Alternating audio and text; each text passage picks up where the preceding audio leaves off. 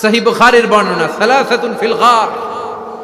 বনী ইসরাইলের জামানায় তিনজন লোক সফরে বেরিয়েছে, বানোয়াট ঘটনা না, এটা বুখারীর ঘটনা। সফরে বেরিয়েছে, মরুভূমির মাঝখানে প্রতিমধ্যে প্রচন্ড তুফান আর বৃষ্টি। বৃষ্টি থেকে বাঁচার জন্য এর একটা পাহাড়ের গুহার ভিতরে ঢুকেছে। হঠাৎ থান্ডার, বজ্রপাত, বিজলি, মুষলধারে বৃষ্টি। বৃষ্টির পানিতে পিচ্ছিল হয়ে উপর থেকে বিশাল প্রকাণ্ড একটা পাথরের খণ্ড এসে গুহার মুখের মধ্যে আটকে গিয়েছে। যেই গুহার মুখ দিয়ে তারা ঢুকেছে, ওইখানে বিশাল একটা পাথর গড়িয়ে এসে উপর থেকে পড়ল। অন্ধকার, ভিতরে কোনো আলো নাই, কোনো জনমানব নাই, বাঁচানোর কেউ নাই, কিচ্ছু দেখা যায় না, ঘুটঘুটে অন্ধকার। বাইরে থেকে আলো আর অক্সিজেন যে আসবে ওই সুযোগটাও নাই। তিনজন বুঝে গেল আমাদের মৃত্যু এখানেই হবে, আমাদের কঙ্কালগুলো শত শত বছর এখানে পড়ে থাকবে, কেউ উদ্ধারের জন্য আসবে না। ঠিক কিনা?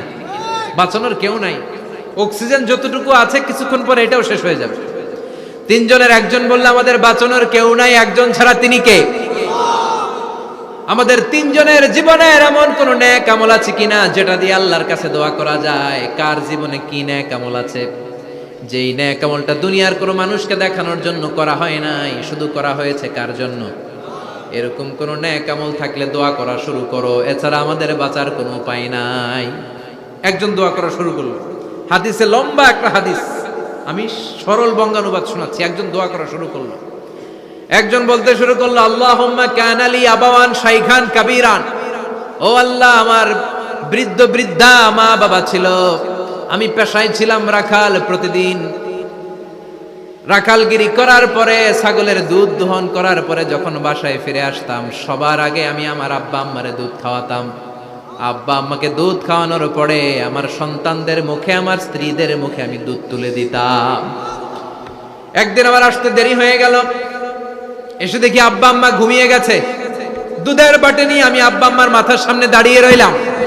মনে মনে ভাবলাম, আব্বা আম্মা যখন ঘুম থেকে জাগবে, আব্বা আম্মারে আগে আমি দুধ খাওয়াবো, তারপরে ছেলে মেয়েরে খাওয়াবো, স্ত্রীদেরকে খাওয়াবো। দাঁড়িয়ে রইলাম, আমার ছেলে মেয়েরা এসে আমার কাছে বলল, আব্বা খাবার দাও, আমি দেই নাই।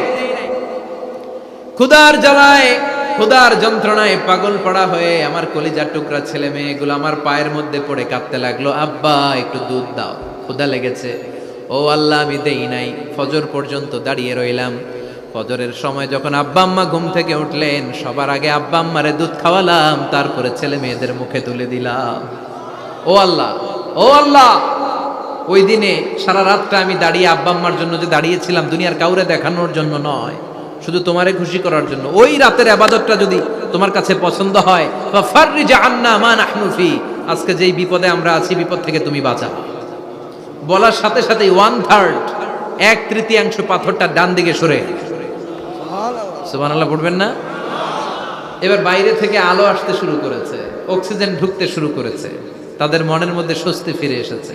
এবার দ্বিতীয় জন দোয়া শুরু করলো, আল্লাহ, আমার এক চাচাতো বোন ছিল, এত সুন্দরী, আমার জীবনে এত সুন্দরী নারী আমি দেখি না, এত সুন্দরী নারী। ওয়া কুনতু উহিব্বুহু বিআশাদ্দি মা ইউহিব্বুর রিজাল আন-নিসা, একজন পুরুষ একজন নারীকে যত ভালোবাসতে পারে, আমি ঠিক ততটা ভালোবাসতাম আমার এই সুন্দরী কাজিনকে, চাচাতো বোনকে। কিন্তু আমার মনের কথা আমার চাচাতো বোনরা আমি বুঝাতে পারি নাই।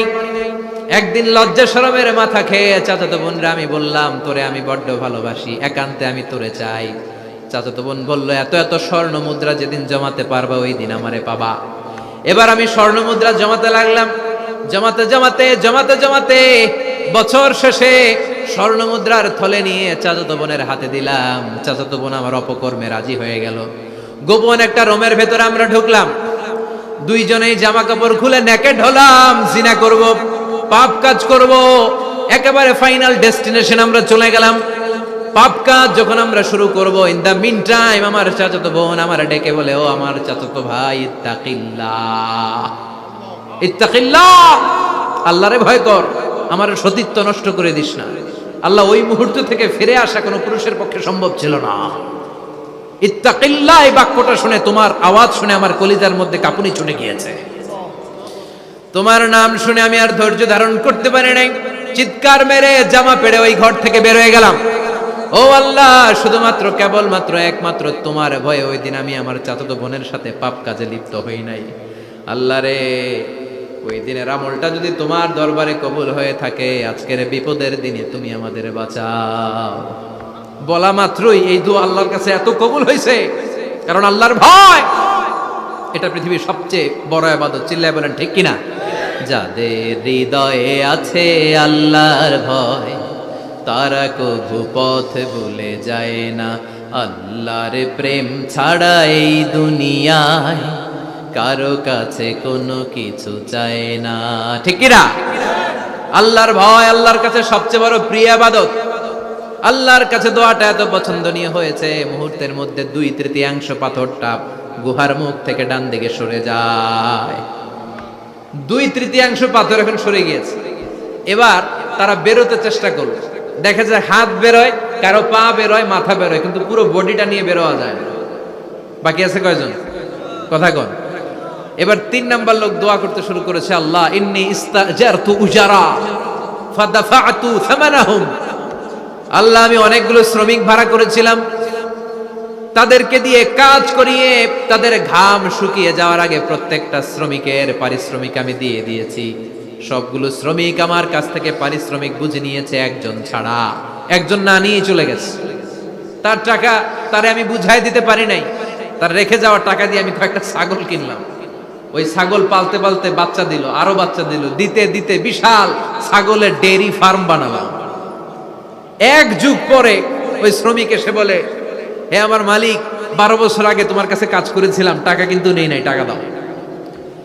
আমি বললাম, ওই যে বিশাল ছাগলের বড় একটা ডেইরি ফার্ম দেখা যায়, পুরো ডেইরি ফার্ম তোমার, ডেইরি ফার্মটা তুমি নিয়ে যাও। শ্রমিক আমারে বলতে লাগলো, তাস্তাজিউ মিন্নি, আমার সাথে ঠাট্টা করো নাকি? একদিনের পারিশ্রমিক দিয়ে ডেইরি ফার্ম হয় নাকি? যতটুকু টাকা তোমার কাছে আমি 12 বছর আগে পেতাম, ততটুকু দিলেই চলবে। তারে আমি বুঝিয়ে বললাম, তোর টাকা দিয়ে ছাগল কিনেছি, ছাগলের ব্যবসা করে ডেইরি ফার্ম বানিয়েছি, একটার পর একটা ছাগল বাচ্চা দিতে দিতে আজকে হাজার হাজার ছাগলের এই ডেইরি ফার্ম, পুরো ডেইরি ফার্মটা আমি তোরে দিয়ে দিলাম। বলা মাত্র ওই শ্রমিকটা ডেইরি ফার্ম নিয়ে চলে গেল। মাবুদের এই কঠিন বিপদের দিন সে শুধু দাবি করেছিল তার পারিশ্রমিক, তার পারিশ্রমিকের টাকা তার হাতে দিলে সে খুশিতে বাকবাকুম, কিন্তু তার বদলে পুরো ডেইরি ফার্মটা আমি তার হাতে তুলে দিয়েছি একমাত্র তোমার সন্তুষ্টির জন্য। ওই দিনের আমলটা যদি তোমার দরবারে একটুও ভালো লেগে থাকে রে মাওলা, আজকের কঠিন বিপদ থেকে বাঁচাও। বলতে দেরি মুহূর্তের মধ্যে বিশাল পাথর খণ্ডটা গুহার মুখ থেকে ডান দিকে সরে যাও। আল্লাহর শুকরিয়া করে 3 জন বের হয়ে যায়। সহিহ বুখারীর বর্ণনা। আপনার জীবনে এমন কোন নেক আমল যদি থাকে যেটা শুধু আল্লাহরে দেখানোর জন্য করছিলেন, আমরা আমল করব অবশ্যই দেখানোর জন্য, তবে মানুষকে নয়। কারা দেখানোর জন্য? আমাদের সব দেখানো হবে একজনকে। চিল্লায় বলেন, তিনি কে?